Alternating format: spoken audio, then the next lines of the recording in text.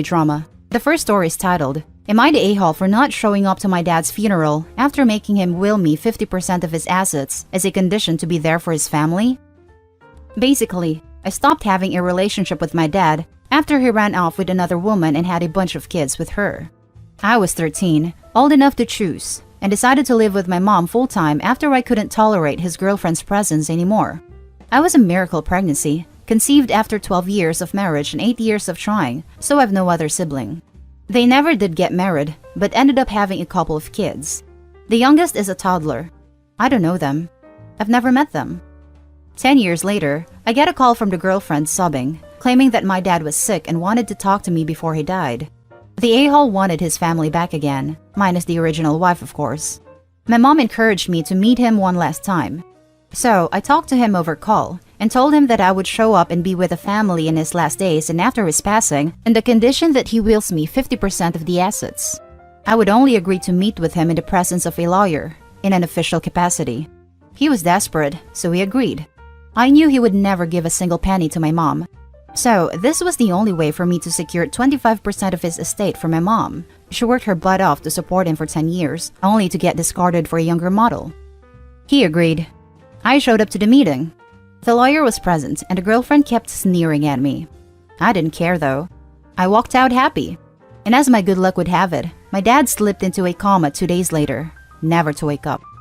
His girlfriend kept calling and texting me to help her out with the funeral. I blocked her number. The other day, I ran into her at the bank. She confronted me and called me a horrible gold digger. According to her, I was the reason my dad was never happy and present for his new family. She also blamed me for all the problems in their relationship and that I betrayed my father in his deathbed. Am I the a-hole? Edit. Mom never got a fair settlement during the divorce. He hid assets, spent a fortune on his mistress, from the marital money and my college fund, and fake filed for bankruptcy. Now let's read the top comments. Everyone sucks here, but I'll tell you what, brother. If my dad had money, I'd do the same thing. Sister. Edit. Thank you, kind stranger, for the Yes Queen award. I don't feel like a queen, but I do have a better credit score, thanks to my emotional manipulation skills, so I'll accept the honor. You're entirely justified in what you did. Your absentee dad and his girlfriend figured you should be their dog's buddy and provide support to a family you've never met when he dies. Excuse me, what? Two grown-ups figured they'd manipulate a child despite 10 years of crappy parenting, and you manipulated a selfish man to give back to your mom. You made a hard choice, and you and your mom are gonna be better for it. Not the a-hole. Everyone sucks here, mildly. Your dad sucks for leaving your mom and choosing his new family over you. All those years with no contact, only for him to call you on his deathbed wanting to make things right. In my opinion, that's selfish. It was done just to give him peace of mind, not to apologize to you or mend your relationship. You and your mom are entitled to half of his assets, but you promised to be there for his girlfriend and your half-siblings in his last days and after his passing. Not honoring that promise sucks on your part too, but I can sense how much resentment you have for him and his new family, which is something I can't blame you for. I would probably feel the same way too. You know, on any post that I read which concerns a promise or request of a dead family member, it's usually said that honoring it doesn't really matter since the person is now dead. That they aren't going to know, and that why should it matter now? Sure, but in this case, the promise was made in the presence of one of the people affected who's still alive. The promise was made over a phone call. Dad tried to make me and a girlfriend hug it out awkwardly after the lawyer left. He thought he was reuniting his family. You gave his mind peace. That's pretty big of you. And perhaps you can be there, once they're older, for your half-siblings. You don't owe them anything, but when they're older, it might be a nice gesture, as their mother sounds like a piece of work. Not sure about that. I essentially ghosted him after I made sure I secured my bag. He slipped into coma 2 days later, but he did try to contact me after the visit. I didn't pick up his calls, nor did I reply to his messages. For the second story, am I an a-hole for not wanting to share the millionaire inheritance that my grandfather left just for me with my cousins and aunts? Before you need to understand who my grandfather was, so a short text to describe him. My grandfather had a very poor origin, but he moved up in the world. He led a peaceful and comfortable life. The few luxuries he gave himself was to travel to Italy, his country of origin, But he lived in a modest house in a good neighborhood, and I drove a BMW from the 80s. I know you said that it is not simple, but we are talking about a guy who was worth 8 digits in theory. This is important. Had 4 companies and employed 500 people. He could live much higher than he did. He did not spoil his children or his grandchildren, but he always made sure to pay everyone the best education and presented his 3 children, 2 women, 1 man, with a good home when they got married. My grandfather never let relatives work at his companies, including his children and grandchildren. He said that everyone should follow their own paths and always made it clear to never wait for his inheritance. He made it clear that he would choose the person who proved to be more able to handle his business and money. This created a discreet competition in which everyone tried to show the best to take on the business. I am the youngest grandson. I am 28. The oldest is 45. We are a total of 10 grandchildren, plus my aunts. My father passed away a few years ago. My grandmother passed away a little after. Here comes my question. My grandfather died about 4 months ago and left everything to me. And what surprised us the most was that he had a lot more than we thought. He had 9 digits, which confirmed my theory that there are wealthy people who never appear in Forbes lists. And that, of course, caused fights and arguments with my cousins and aunts about sharing the money with them. Should I share? After all, everyone knew what my grandfather wanted. Now let's read the top comments for this post.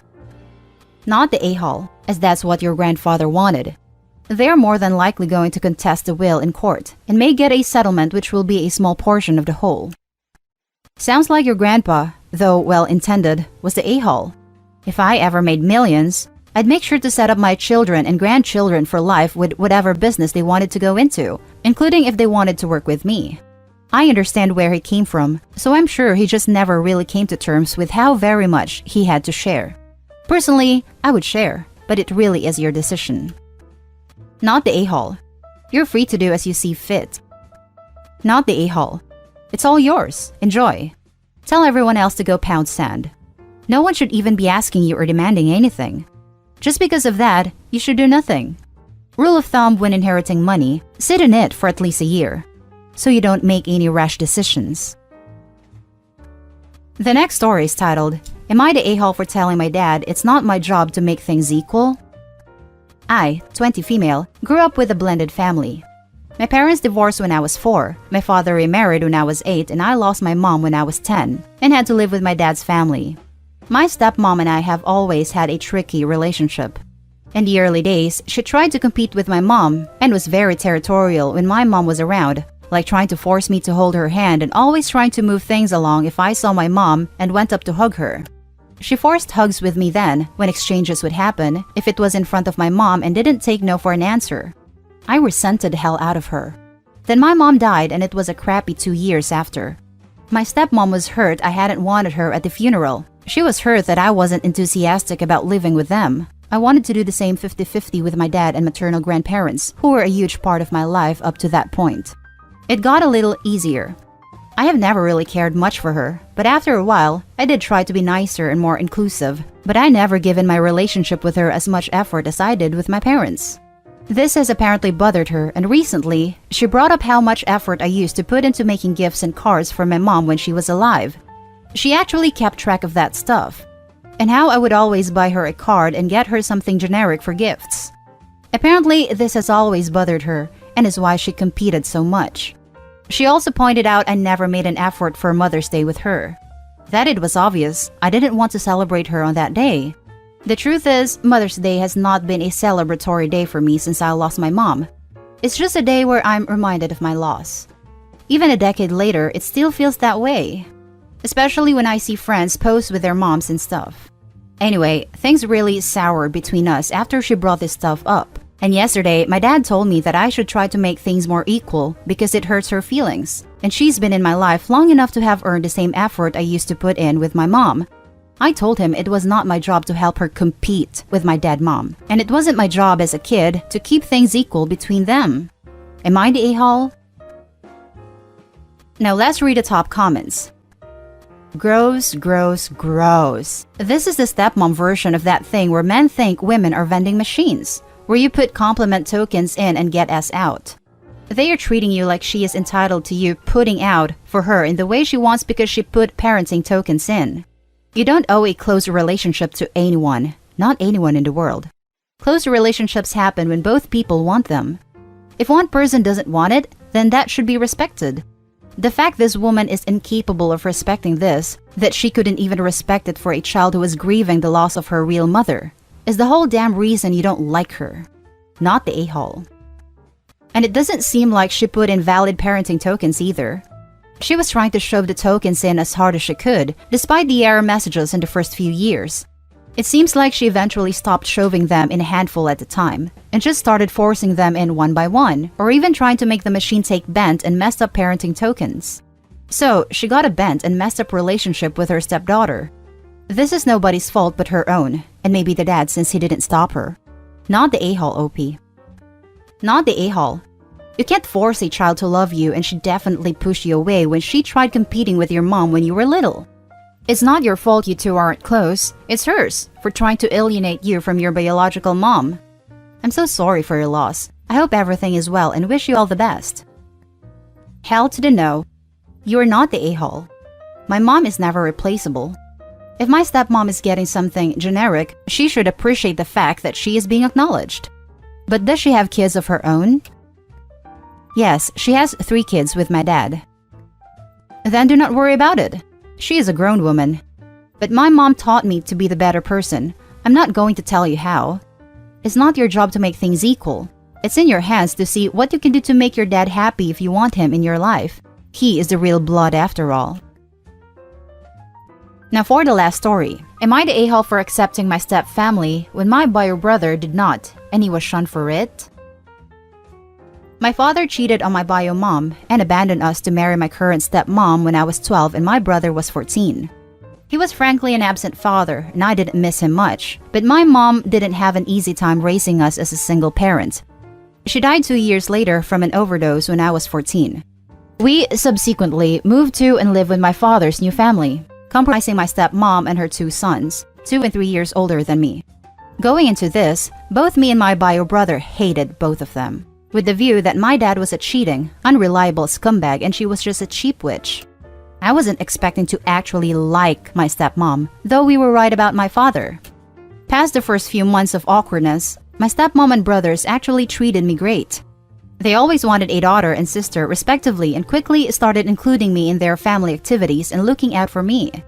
My stepbrothers are also genuinely nice people, and I am so lucky to have them in my life.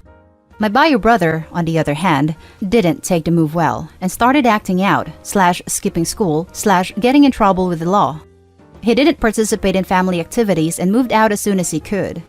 Recently, I met my brother and he told me that he blamed me for jumping ship so quickly and not sticking with him. He felt that I betrayed our mom and him. He said that if I didn't accept his family too, my dad would probably have packed us off to live with our uncle in a different state. And he wouldn't have had to go through his crappy teenage years almost alone. I'm 20 now, and I've always felt guilty about so quickly accepting them and leaving my brother behind. Meeting my brother only cemented this. Should I have not so quickly accepted my stepmom and brothers? Am I the a-hole? Now for the top comments. No a-holes here. He lost his mom super young and is allowed to have complicated feelings about that. He shouldn't be blaming you for anything and maybe should be in counseling to deal with that. It's an emotional situation and I really see both sides here.